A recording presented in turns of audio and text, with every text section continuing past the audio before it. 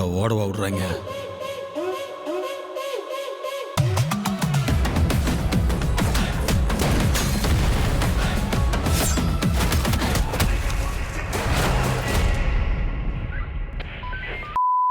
Hello cinephiles, this is Siddharth Sundararajan. எல்லாரும் போர் தொழில் rewatch போறதுக்கு பிளான் பண்ணிருங்க. ஏன்னா இப்ப காரா படம் வந்து 30th ரிலீஸ் ஆக போகுது. ட்ரைலர் ரிலீஸ் ஆகி பங்கமா போய்கிட்டு இருக்கு. ஸோ நம்ம எல்லாருமே இப்போ போர் தொழில பார்த்துட்டு ரெடி ஆயிருவோம் விக்னேஷ் ராஜாவுடைய செகண்ட் படத்துக்கு. பார்க்கலாம் இந்த படம் எந்த மாதிரி இருக்குன்னு சொல்லிட்டு.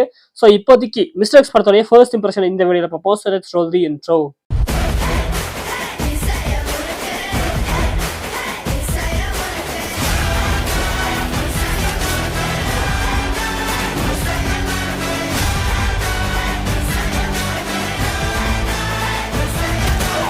பிளாட் என்னன்னா, ராணாங்கிற ஒருத்தன் கௌதம் கார்த்திக் மூலமா சென்னையில ஒரு பாம் பிளாஸ்ட் பிளான் பண்றான், ஒரு நியூக்ளியர் பாம் பிளாஸ்ட். ஸோ அந்த நியூக்ளியர் பாம் பிளாஸ்ட் வந்துட்டு G20 அப்படிங்கிற ஒரு ஈவெண்ட்ல நடக்க போகுது. உலக நாடுகள்ல இருக்கக்கூடிய எல்லா முக்கியமான தலைவர்களுமே வந்துட்டு உலக பொருளாதாரத்தை இம்ப்ரூவ் பண்றதுக்காக வந்துட்டு ஒரு மீட்டிங் பண்றாங்க. அதான் இந்த G20ங்கிறது சம்மிட் சென்னை மகாபலிபுரத்தில் நடக்க போகுது. இந்த இடத்துல இந்த பாம் பிளாஸ்ட பண்ணி உலக ஃபுல்லா ஒரு போரை வந்துட்டு கிளப்புறதுக்கான ஒரு பிளானை வந்துட்டு இந்த ராணாங்கிறவன் பண்றான். இந்த ராணாங்கிறவன் யாரு அப்படிங்கிற மேட்டர் இந்த படத்தோட எந்த ரிவீல் பண்ணிருப்பாங்க. அது ஒரு மிகப்பெரிய ட்விஸ்டே. அதை நீங்க படம் பார்த்து தெரிஞ்சுக்கங்க. ஸோ அதை எக்ஸிக்யூட் பண்ற இந்த ஒரு இடத்துல தான் வந்துட்டு கௌதம் கார்த்திக் இருக்காப்ல. அவர் அந்த படத்தோடைய மெயின் வில்லன். இதை தடுக்கிறதுக்கான இந்த டீமா தான் மஞ்சு வாரியர் அண்ட் ஆர்யா இவங்கெல்லாம் ஒரு டீமா இருக்காங்க. சோ இவங்க இந்த பாம் பிளாஸ்ட் தடுத்தாங்களா இல்லையா அப்படிங்கறது அந்த படத்தோடைய கதை. இந்த படத்தோடைய காஸ்டிங் வந்துட்டு எனக்கு ரொம்பவே பிடிச்சிருந்துச்சு. என்னன்னா இந்த bye next door, girl next door, uncle next door இந்த மாதிரி கேரக்டர்ஸ் பண்ணக்கூடிய அத்தனை ஆக்டர்ஸுமே கூட்டு வந்து ஒரு ப்ராப்பரான ஆக்ஷன் படத்துல காமிச்சிருக்காங்க. ஆர்யா வந்துட்டு ஆப்வியஸ்லி அவர் பண்ணாத இந்த பாய் நெக்ஸ்ட் டோர் கேரக்டர்ஸ் கிடையாது. அதே மாதிரி வந்துட்டு இந்த படத்துல அதே மாதிரி மற்ற கேரக்டர்ஸ்ல இருந்த சின்ன சின்ன கேரக்டர்ஸ் அவங்கலாம் வந்துட்டு மிகப்பெரிய ஆக்டர்ஸ் கிடையாது. சில படங்கள்ல பாத்துருக்கிற அந்த மாதிரி ஆக்டர்ஸ் தான். முக்கியமா காளி வெங்கட்லாம் வந்துட்டு நம்ம இதுக்கு முன்னாடி வந்துட்டு நார்மலா இந்த லப்பர் பந்து படத்துல வந்துட்டு சும்மா ஒரு ஜாலியான கேரக்டர் அந்த மாதிரி பண்ணவர் தான். Versatile actor. அவரை கூட்டு வந்து ஆக்சுவலா அவர்கிட்ட இந்த படத்துல வந்துட்டு காமிச்ச விஷயத்துல எனக்கு பிடிச்சது என்னன்னா, வழக்கமாவே ஒரு நல்லவர் அப்படிங்கிற ஒரு கேரக்டர் தான் பண்ணுவார். அவரை பார்த்தாலே ஒரு நல்லவர் அப்படிங்கிற ஃபீல் வந்துட்டு கொடுக்கும். பட் இந்த படத்துல வந்துட்டு அவர் கிட்டத்தட்ட ஒரு துரோகி மாதிரி ஒண்ணு காமிச்சிருக்காங்க. அது உண்மையிலேயே சூப்பரா இருந்துச்சு. ஸோ கம்ப்ளீட்லி ஆப்போசிட்டா அந்த ஆக்டருடைய இந்த ஃபேஸை வந்துட்டு கம்ப்ளீட்டா ஆப்போசிட்டா யூஸ் பண்றதுங்கிறது அமேசிங்கான விஷயம். அதை அந்த படத்துல பண்ணியிருந்தாங்க. இருக்கிற எல்லா ஃபீமேல் கேரக்டர்ஸுமே வந்துட்டு இதுக்கு முன்னாடி அவங்க ஃபுல்லா ஃபேரி டெய்ல் ரோல்ஸ் பண்ண ஃபீமேல் கேரக்டர்ஸ் தான், எக்ஸப்ட் மஞ்சு வாரியர். மஞ்சு வாரியர் மட்டும்தான் அப்பப்போ கொஞ்சம் ஆக்ஷன் சைடு வராங்க. அவங்க இந்த படத்துல ரொம்பவும் ஆக்ஷனுக்கு புஷ் பண்ணிட்டாங்க. ஆக்சுவலா மஞ்சு வாரியர் தான் இந்த படத்துடைய மெயினான ஷோ ஸ்டீலர்னு சொல்லுவேன். அவங்களோட ஆக்ஷன் சீக்வன்ஸ் எல்லாமே அவ்வளவு பங்கமா இருந்துச்சு. அது போக கௌதம் கார்த்திக், சரத்குமார்னு சொல்லிட்டு எல்லாருமே இந்த மாதிரி ஜாலியான கேரக்டர்ஸ் பண்ணக்கூடிய ஆக்டர்ஸை கூட்டு வந்து இப்படி ஒரு படத்துல பண்ண வச்சதுங்கிறது அமேசிங்கான விஷயம். அந்த விஷயம் படத்துல எல்லா கேரக்டர்ஸுமே ஒர்க்கும் ஆயிருக்கு. படத்துடைய ஃபர்ஸ்ட் ஹாஃப் உடைய அந்த ஸ்டார்டிங் மட்டும் தான் ரொம்ப கொஞ்சம் கூட லேகாக எனக்கு ஃபீல் ஆச்சு. ஆக்சுவலா அந்த படம் வந்துட்டு ரன் டைம் எவ்வளோன்னு தெரியல, பட் ரொம்ப நேரம் ஓடின மாதிரி தான் இருந்துச்சு. கிட்டத்தட்ட ஒரு 3 மணி நேரம் நினைக்கிறேன், 2.25 இருக்குன்னு சொல்லிட்டு நினைக்கிறேன். ஆக்சுவலா அந்த ஃபர்ஸ்ட் ஹாஃப்ல அந்த லவ் சீக்வன்ஸை வந்துட்டு மேக்ஸிமம் கட் பண்ணிருக்கலாம். அந்த லவ் சீக்வன்ஸ் அவ்வளோ இன்ட்ரெஸ்டிங்கா இல்லை. எனக்கு என்னன்னா, இந்த லவ் மாண்டேஜ்னு வரும்போது ஏன் வழக்கமா ரிப்பீட்டடாவே இருக்குன்னு எனக்கு புரியல. ஏன்னா இப்ப நான் வந்துட்டு அவ்வளவு பேர் டேரக்டர்லாம் ஒன்றும் கிடையாது. பட் சும்மா கற்பனை பண்ணுவோம்ல, நம்ம கதைகள்லாம் கற்பனை பண்ணுவோம்ல, அதுல நம்ம லவ் மாண்டேஜ் கொடுக்குறோம் அப்படின்னாலே அவ்வளவு புதுசான ஐடியாஸ் தோணுது. ஏன் இந்த டைரக்டர்ஸ் யாருமே புதுசான இந்த லவ் மாண்டேஜஸ் கொடுக்க மாட்டேங்கிறாங்க? வழக்கமா நம்ம அத்தனை படங்கள்ல பார்த்த மாதிரியே இந்த லவ் மாண்டேஜஸ் இருக்குங்கிறது எனக்கு புரிய மாட்டேங்குது. இந்த சாங்குங்கிறதே வந்துட்டு தேவையில்லை இந்த படத்துக்கு அப்படின்னு சொல்லிட்டு ஆடியன்ஸ் சொல்லுவாங்கும் போது அந்த லவ் மாண்டேஜை கொஞ்சம் கூட டிஃப்ரெண்டா கொடுத்தாவது அதை அக்செப்ட் பண்ணி பார்க்கவாது முடியும். அதுவும் இல்லைங்கும் போது இந்த சாங்க்கு ஒரு ரிப்பீட் வேல்யூவே இல்லாம போயிருது, அந்த சாங் வேஸ்ட் ஆகி போயிருது. ஸோ அந்த விஷயத்த டேரக்டர்ஸ் வந்துட்டு ஒர்க் பண்ணணும்னு சொல்லிட்டு நினைக்கிறேன். அது எனக்கு சுத்தமா புரியவே இல்லை. படத்துடைய ஃபர்ஸ்ட் ஹாஃப்ல வந்து அந்த மேக்ஸிமம் சீக்வன்ஸ் வந்துட்டு அப்படியே கொஞ்சம் போரிங்கா தான் போயிட்டு இருந்துச்சு. அப்புறம் கொஞ்சம் இந்த ஆரிஜின் ஸ்டோரின்னு சொல்லிட்டு லைட்டா காமிச்சிருந்தாங்க. அவருடைய தங்கச்சி அப்புறம் சரத்குமாருக்கு என்னாச்சு இந்த விஷயங்கள்லாம் அதுவுமே கொஞ்சம் லேகா தான் ஃபீல் ஆச்சு. டக்குன்னு கடந்து போயிருக்கலாம். பட் நல்லவேளை ரொம்பவும் அந்த ஃபிளாஷ்பேக்னு சொல்லிட்டு அருவியா இழுக்காம டக்குன்னு முடிச்சுட்டாங்க. இருந்தாலும் இன்னமும் கூட கட் பண்ணிருக்கலாம் அப்படின்னு சொல்லுவேன். படத்தோடைய செகண்ட் ஹாஃப் தான் படத்தோடைய மெயினான விஷயம். ஒரு இதுவே படத்தோட செகண்ட் ஹாஃபோட ஸ்டார்டிங்கிறது வந்துட்டு ஒரு மாதிரி தான் போகும். பட் அந்த லாஸ்ட் 40 மினிட்ஸ்ங்கிறது படம் பயங்கரமா இருக்கும். என்னன்னா, இந்த படத்தோடைய அந்த முக்காவாசி படம் வரையுமே என்னடா ராய்ஜென்ட் இன்டெலிஜென்ஸ் சொல்றீங்க, ஆனா செய்யற விஷயம் எல்லாமே இன்டெலிஜென்ட்டாவே இல்ல, வில்லன் உங்களை இப்படி அடிச்சு போட்டு போயிட்டே இருக்கான் அப்படிங்கிற ஒரு ஃபீல் தான் கொடுத்துச்சு. என்ன இன்டெலிஜென்ஸாவே ஒர்க் பண்ணல, இவ்வளவு ஈஸி ஏமாந்துட்டு இருக்காங்கன்னு சொல்லிட்டு. ஆனா அதுக்கப்புறமா இந்த லாஸ்ட் 40 மினிட்ஸ் தான் கொஞ்சமாவது அவங்க வந்துட்டு இன்டெலிஜென்ட்டா யோசிச்சு பண்றாங்கிற விஷயத்த வந்துட்டு காமிச்சிருந்தாங்க.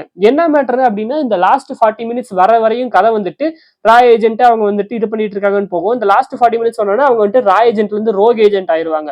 அதாவது கவர்மெண்ட் அவங்கள கை விட்டுருவாங்க. ஸோ இப்போதைக்கு இவங்களாதான் இவங்களை பாத்துக்கணுங்கிற சிச்சுவேஷன் வந்ததுக்கு அப்புறமா தான் இவங்களோட இன்டெலிஜென்ட்டே வெளியாகிற மாதிரி காமிச்சிருக்காங்க. அது ஒரு மாதிரி இருந்துச்சு. But it's okay. அப்படிங்கிற மாதிரி தான். அதுக்கு முன்னாடி வரையும் அவங்க பெருசா இன்டெலிஜென்ட்டா வேலை பண்ண மாதிரி எங்கேயுமே காமிச்சிருக்க மாட்டாங்க. மேபி அவர் கன்வே பண்ண வந்தது சரியா கன்வே ஆகலைன்னு சொல்லிட்டு நினைக்கிறேன். மேபி கவர்மெண்டோட ப்ரெஷர்னால வந்துட்டு நிறைய முடிவுகளை எடுக்க முடியாம இருக்குது இவங்களால. பட் ஒன்ஸ் வந்துட்டு இவங்க கவர்மெண்ட் வந்துட்டு இவங்களை அரெஸ்ட் பண்றதுக்கு வந்துட்டு இது பண்ணதுக்கு அப்புறமா, ரோகா மாறினதுக்கு அப்புறமா இவங்க ஃப்ரீங்கும் போது இவங்க நிறைய இன்டெலிஜென்ட்டான முடிவுகள் எடுக்கிறாங்கிறத கன்வே பண்ண வந்திருக்காரு போல. பட் சரியா கன்வே ஆகல, அதுதான் மேட்ரு. மற்றபடி லாஸ்ட் 40 மினிட்ஸோட அந்த சீக்வன்ஸ் எல்லாமே ரொம்ப அந்த எட்ஜ் ஆஃப் தி சீட் த்ரில்லருங்கிறத கொடுத்துச்சு. நான் படம் முக்கால்வாசி போற வரையுமே வந்துட்டு இது ஒரு ஓகேஷான படமா இருக்கும்னு சொல்லிட்டு தான் நினைச்சேன். அந்த லாஸ்ட் 40 மினிட்ஸ் தான் படத்தை வந்துட்டு உயிர் தெழுந்து பயங்கரமா ஓட வச்சுது. படத்தோட ட்விஸ்ட் அண்ட் டர்ன்ஸ் வந்துட்டு நல்லா இருந்துச்சு.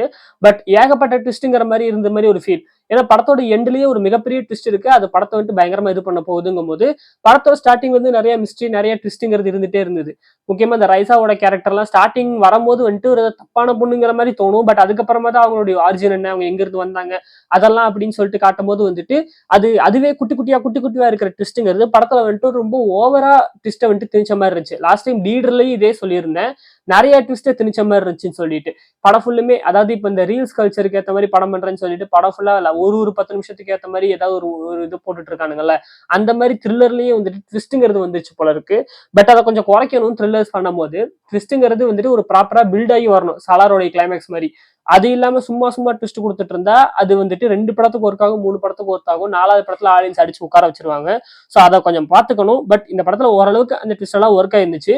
கிளைமேக்ஸ் ட்விஸ்ட் பயங்கரம். படத்தோட ஃபீமேல் கேரக்டர்ஸ் எல்லாத்தையும் பத்தி கண்டிப்பா பேசி ஆகணும். எல்லா ஃபீமேல் கேரக்டர்ஸுமே ரொம்ப ஸ்ட்ராங்கா எழுதி இருந்தாரு இந்த டைரக்டர். எக்ஸப்ட் இந்த அனகா கேரக்டர் மட்டும்தான் இந்த மாதிரி, அதாவது இந்த கேமுக்குள்ள இல்லாதவங்களா இருப்பாங்க, அவங்க மட்டும் தான் ஏஜென்ட் கிடையாதுங்கிற மாதிரி, அவங்க ஒரு டாக்டரா இருப்பாங்க. பட் அந்த கேரக்டருமே வந்துட்டு ரொம்ப மொக்கையா எழுதாம அவங்களுக்குன்னு சில விஷயங்கள்லாம் பண்ணியிருந்தாரு. ஒரு ஒரு சின்ன ஃபைட்டுன்னு சொல்ல முடியாது, கொஞ்சம் ஒரு தைரியமான ஒரு விஷயத்த அவங்க செஞ்சிருக்காங்க அப்படிங்கிற ஒரு விஷயத்த மட்டும் லைட்டா காமிச்சிருந்தாங்க. மற்றபடி அனகா கேரக்டருக்கு அவ்வளவா வந்துட்டு ஸ்பேஸ் கிடையாது. மற்றபடி இருந்த மீதி இருக்கிற எல்லா ஃபீமேல் கேரக்டர்ஸுமே பயங்கரம். எக்ஸப்ட் அந்த அதாவது எதிரில் இருக்கிறவங்களும் சரி, வில்லன் சைட்ல இருக்கிற ஃபீமேல் கேரக்டர்ஸும் சரி, ஹீரோ சைட்ல இருக்கிற ஃபீமேல் கேரக்டர்ஸும் சரி பயங்கர சூப்பரா எழுதியிருந்தாங்க. மஞ்சு வாரியர் வந்துட்டு பிச்சு உதறிட்டாங்க. அவங்களோட கேரக்டர் வந்துட்டு இந்த படத்தோடைய மெயினான ஒரு கோர் மாதிரி இருந்துச்சு. அந்த கேரக்டர் பயங்கரமா இருந்துச்சு. படத்தோட மியூசிக் வந்துட்டு சாங்ஸா கொஞ்சம் ஒர்க் ஆகல, மியூசிக் ஓரளவுக்கு பரவாயில்ல. எனக்கு தெரிஞ்சு ஃபுல்லுமே வந்துட்டு ப்ரோக்ராம்லயே போயிருக்காங்க. ஸோ மியூசிக் ப்ரோக்ராம்ல மியூசிக் பண்றதுங்கிறது தப்பு இல்லை, ப்ரொடியூஸ் பண்றது. பட் வந்துட்டு அது வந்துட்டு ரொம்ப அத்தன்டிக்கா ஃபீலே ஆகாது. ஏதோ டம்ம இருக்கும். அது என்ன இன்ஸ்ட்ருமெண்ட்டுங்கிறதே நம்மளால சொல்ல முடியாது. எல்லாமே கம்ப்யூட்டர்ல டிஜிட்டலைஸ்டா கிரியேட் பண்றது தானே. கொஞ்சம் கூட ஆர்கெஸ்ட்ரலா போயிருந்தா நல்லா இருக்கும், கிட்டாரு ட்ரம்ஸ்ன்னு வச்சுட்டு. அதுதான் ஒரு சோலை வந்துட்டு கொடுக்கும். இந்த படத்துக்கு ஏற்ற மாதிரி ராக்கு, ஜாஸ், கிட்டாரு, ட்ரம்ஸ்ன்னு சொல்லிட்டு வச்சு பண்ணியிருந்தாங்க அப்படின்னா நல்லா இருந்திருக்கும். இந்த மாதிரி ஃபுல்லா மியூசிக் ப்ரொடியூசிங்ல போனது வந்துட்டு அவ்வளவா ஒட்டலை. திபு தான் மியூசிக்னு சொல்லிட்டு நினைக்கிறேன், அவ்வளவா ஒட்டலை. பெருசா வந்துட்டு அதாவது இந்த படத்தோடைய போயிட்டு இருக்க இந்த பிளாட்டுக்கும் இந்த மியூசிக்கு சம்மந்தம் இல்லாம மாதிரி தனியா ஓடிட்டு இருந்த மாதிரி தான் ஃபீல் ஆச்சு. சினிமாட்டோகிராஃபி அண்ட் ஆக்ஷன் கொரியோகிராஃபி வந்துட்டு பயங்கரமா இருந்துச்சு. முக்கியமா என்னன்னா, எப்பயுமே இந்த மாதிரி ரொம்ப பயங்கரமான ஸ்பை த்ரில்லர் படங்கள்ல வந்துட்டு அதாவது ஆக்ஷனை வந்துட்டு பயங்கர சூப்பரா டாக்டிக்கலா காட்டுவாங்க. ஒரு ப்ராப்பரான ஸ்பையோடைய ஃபைட் எப்படி இருக்குமோ அந்த மாதிரி காட்டுவாங்க. பட் அதை சரியா கேப்சர் பண்ணாம போயிடுவாங்க. சும்மா கேமரா காலுக்குள்ள கவட்டைக்குள்ள எல்லாம் விட்டு அதை மொக்கையா காமிச்சிருவாங்க. இல்லைன்னா கேமரால சூப்பரா காட்டுவாங்க, பட் ஃபைட் வந்துட்டு ரொம்ப மொக்கையா இருக்கும். இந்த படத்துல ரெண்டுமே பெர்ஃபெக்டா இருந்துச்சு, பெர்ஃபெக்ட்லி பேலன்ஸ்டுங்கிற மாதிரி. அந்த ஆக்ஷன் கோரியோகிராஃபிக்கு ஏற்ற மாதிரி அதை காம்ப்ளிமெண்ட் பண்ற மாதிரி இந்த சினிமாட்டோகிராஃபிங்கிறது இருந்தது அமேசிங்கான விஷயம். இந்த படத்துக்கு பார்ட் 2ங்கிறத லீடை வந்துட்டு கொடுத்துருக்காங்க. இப்போதைக்கு நம்ம பார்ட் 2 படங்களை 2 கேட்டகரியில தான் பிரிக்கணும். ஒன்னு, 3 மணி நேரத்துல இந்த படத்தை என்னால சொல்ல முடியாதுப்பா, அவ்வளவுதான். எனக்கு வந்துட்டு இந்த கதையை 3 மணி நேரத்துல சொல்ல முடியாது. அதனால இந்த படத்தை வந்துட்டு நான் 2ஆ பிரிச்சு, இந்த கதையை 2ஆ பிரிச்சு ஃபர்ஸ்ட் 3 மணி நேரத்துல ஒரு கதையும் 2வது படத்துல மீதி கதையை சொல்றேன் அப்படிங்கிறது. இன்னொரு டைப் என்னன்னா, என்கிட்ட ஒரு கதை இருக்கு, அதனால வந்துட்டு ஒரு 3 மணி நேரத்துல சொல்லிட முடியும். பட் என்கிட்ட இன்னமும் சில கதைகள் இருக்கு, இதை தொடர்ந்தே சில கதைகள் இருக்கு, அது எல்லாமே வந்துட்டு நான் முடிஞ்சா எடுக்கிறேன் அப்படிங்கிறது. சோ இந்த 2 கேட்டகரி தான். இந்த 2 கேட்டகரி இல்லாம நான் சும்மா படம் பண்றேன்னு சொல்லிட்டு ஆனா வந்து வேணும்னே பண்ணிட்டு இருந்தேன் அப்படின்னா அது ஒர்க் ஆகாது. இந்த செகண்ட் கேட்டகரியில் தான் லீடரும் இந்த படமும் இருக்கு. லீடர் இந்த படம், இந்த 2 படமே வந்துட்டு இந்த கதை எங்கிட்ட இருக்கு, இதை தொடர்ந்து எங்கிட்ட நிறைய கதை இருக்கு, அதனால நான் இதை வச்சு லீட் எடுத்தே இதை வச்சு லீட் எடுத்து நிறைய பண்றேன் அப்படிங்கிற மேட்டர்ல தான் வருது. ரெண்டுமே ஸ்பை த்ரில்லர் அப்படிங்கிறதுனாலயே. இது வந்துட்டு சர்தாரோடைய அதே பேட்டர்னை தான் வந்துட்டு திரும்பி ரிப்பீட் பண்ணுது. நான் லீடர் ஃபர்ஸ்ட் இம்ப்ரெஷன்லேயே சொல்லியிருந்தேன், சர்தாரோட பேட்டர்னை தான் லீடர் ஃபாலோ பண்ணுதுன்னு சொல்லிட்டு. இப்போதைக்கு அதே பேட்டர்ன் தான் இந்த மிஸ்டேக்ஸ்மே வந்திருக்கு. அதாவது இந்த ஸ்பை த்ரில்லர் அப்படிங்கும் போது வந்துட்டு ஸ்பைஸுக்கு என்ன அவங்களுக்குன்னு நிறைய கதைகளுங்கிறது இருக்கும். பட் அதுல ஒரு கதையை நம்மளால சொல்ல முடியும். அதை தொடர்ந்துமே நிறைய கதைகள் இருக்கும். அதை நோக்கி தான் சர்தார் 2மே இப்போதைக்கு எடுத்துக்கிட்டு இருக்காங்க. ஒரு கதை முடிஞ்சிருச்சு, பட் அதே ஸ்பையோடைய இன்னொரு கதையை தான் இப்ப நம்ம பார்க்க போறோம்னு சொல்லிட்டு அதே மாதிரிதான் லீடரும் பண்ணியிருக்காங்க. அது மாதிரிதான் இந்த படமும் பண்ணியிருக்காங்க. லீடருக்கும் இதுக்கு என்ன ஏதோ ஒரு சிமிலாரிட்டி அப்படின்னா, ரெண்டு படத்துலயுமே மெயின் வில்லன் அப்படிங்கிறது ஃபர்ஸ்ட் பார்ட்ல காட்டவே கிடையாது. ஒரு குட்டி வில்லன் இல்லைன்னா வந்துட்டு அந்த வில்லனுடைய வந்துட்டு அடியால் அந்த மாதிரி ஒரு கேரக்டரை வச்சுதான் படத்தை லீட் பண்ணி கொண்டு போயிருப்பாங்க. அந்த பெரிய வில்லன் இன்னும் வரவே இல்லை, அவனை அடுத்த பாட்டுல தான் காட்ட போறோம் அப்படிங்கிற மாதிரி. என்ன இந்த படத்துல வந்துட்டு அந்த பெரிய வில்லனை கிளைமேக்ஸ்ல காமிச்சிட்டாங்க, அவ்வளவுதான் டிஃபரன்ஸ். மற்றபடி வந்துட்டு இந்த கேட்டகரியில தான் வருது. ஸோ இந்த படம் ஸ்டாண்ட் அலோனா ஒர்க் ஆயிருக்காங்கிற இந்த கேள்வியை கேட்டீங்கன்னா கண்டிப்பா ஒர்க் ஆயிருக்கு. என்ன இன்னமும் கூட ரன் டைமை குறைச்சிருக்கலாம் ஃபர்ஸ்ட் ஹாஃப்ல கொஞ்சத்தை கட் பண்ணி. மற்றபடி இந்த படம் ஸ்டாண்ட் அலோனா நல்லாவே ஒர்க் ஆயிருக்கு. பட் இந்த படம் வந்துட்டு எல்லா விதமான ஆடியன்ஸுக்குமே ஒர்க் ஆகுமான்னு கேட்டா கிடையாது. ஏன்னா நியூக்ளியர் பாம் பிளாஸ்ட் அது இதுங்கிறாங்க. அதெல்லாம் புரிஞ்சவங்களுக்கு தான் படத்தோடைய கிளைமேக்ஸ் கிட்ட வரும்போது அந்த பதட்டங்கிறது ஃபீல் ஆகும். ஏன்னா இப்ப ரீசென்ட்லி நடந்துகிட்டு இருக்க அந்த கல்ஃப் வார், அது போக இந்தியா பாகிஸ்தானுக்குள்ள நடந்த நம்ம ஒரு ரீசெண்டா நடந்த இந்த வார், இதெல்லாம் பார்த்து வந்துட்டு ரீல்ஸ் போட்டு காமெடி பண்ணிட்டு இருந்த அந்த கேங்குக்கெல்லாம் இந்த படம் வந்துட்டு என்னடா அப்படிங்கிற சும்மா வந்துட்டு கலாய்ச்சிட்டு போயிடுவாங்க. பட் அதெல்லாம் சீரியஸா எடுத்து பார்த்தவங்களுக்கு தான் இந்த படம் புரியும். ஏன்னா லிட்டரலி வந்துட்டு வில்லன் கேரக்டர் வந்துட்டு ஒரு சின்ன ஸ்பாயிலரை போட்டுக்கிறேன். வில்லன் கேரக்டர் வந்துட்டு இந்தியால இருக்கக்கூடிய அந்த அக்னிஃபைங்கிற ஒரு மிசைலை எடுத்து பாகிஸ்தானுடைய ஒரு மலை மேல விட்டுருவான். இப்ப பாகிஸ்தான் வந்துட்டு அட்டாக் பண்ண போறாங்கிற மாதிரி சொல்லிடுவாங்க. பாகிஸ்தான் வந்துட்டு வாரம் தொடங்க போறோம் அப்படின்னு சொல்லிட்டு கிளம்பிடுவானுங்க. அதை பார்க்கும்போது லிட்டரலி ரீசெண்டா ரியல் லைஃப்லயே ஒரு வாருங்கிறது நடந்திருக்கும் போது அதை பார்த்து பயந்தவங்களுக்கு மட்டும்தான் இந்த படங்கிறது ஒர்க் ஆகும். அந்த இடத்துல ஐயோ மறுபடியும் மாடா அப்படின்னு சொல்லிட்டுங்கிற மாதிரி ஒர்க் ஆகும். மற்றபடி அதை கலாய்ச்சிட்டு இருக்கிற இந்த பெருசா இன்ட்ரெஸ்ட் இல்லாம இந்த லூசு பசங்களுக்கு எல்லாம் இந்த படம் வந்துட்டு அவ்வளவா வந்துட்டு இதா இருக்காது. அண்ட் அது இல்லாம இந்த நியூக்ளியர் பாம்பை பத்தி தெரிஞ்ச அதை பத்தி கொஞ்சம் நாலேஜ் இருக்கிறவங்களுக்கு தான் இந்த படம் வந்துட்டு இந்த நியூக்ளியர் பாம்புங்கிறது எவ்வளவு பவர்ஃபுல்லானது என்ன ஏதுங்கிறதெல்லாம் புரியும். ஏன்னா அது எல்லாமே வந்துட்டு இவங்க ரொம்பவும் கிரவுண்டடா எக்ஸ்பிளைன் பண்ணல, கொஞ்சம் கூட வந்துட்டு ரொம்ப பாஷா தான் இருக்குது. அதனால வந்துட்டு எல்லாத்துக்கும் புரியறதுக்கான வாய்ப்புகள்ங்கிறது குறைவு. அதனால மேபி எல்லா ஆடியன்ஸுக்குமே ஒர்க் ஆகாம போகலாம். மற்றபடி இந்த படம் வந்துட்டு ஒரு அமேசிங்கான படம். முடிஞ்சா போய் தேட்டர்ஸை கண்டிப்பா செக் பண்ணி பாருங்க. ஸோ நான் இந்த படத்துக்கு வந்துட்டு வச்சிருந்த மினிமல் எக்ஸ்பெக்டேஷனுங்கிறது விஷுவலா பயங்கரமா இருக்க போகுது. பட் படத்தோட கதை எப்படி இருக்க போகுதுன்னு தெரியல. அப்படிங்கிற மாதிரி ஒரு சிங்கிள் லீனியர் ஸ்டோரி ஃபாலோ பண்ணி போவாங்கன்னு தான் நினைச்சேன். பட் ஒரு மல்டி லீனியர் ஒரு மல்டி ஸ்டாரர் படமே எடுத்திருக்காங்க. ரொம்ப சூப்பரா பண்ணியிருக்காங்க. கண்டிப்பா அப்ரிஷியேட்டபிள் தான். இந்த பார்ட் 2க்குமே நான் வெயிட் பண்ணிட்டு தான் இருக்கேன். படமே நல்லாவே இருக்கு. பட் என்ன இந்த டைட்டில் தான் கொஞ்சம் கூட மொக்கையா இருந்துச்சு. லெட்டர் பாக்ஸ்ல போய் சர்ச் பண்றேன், மிஸ்டர் எக்ஸ்னு ஒரு 10-15 படம் இன்டர்நேஷனல் லெவல்ல நிறைய படங்கள் இருந்திருக்கு.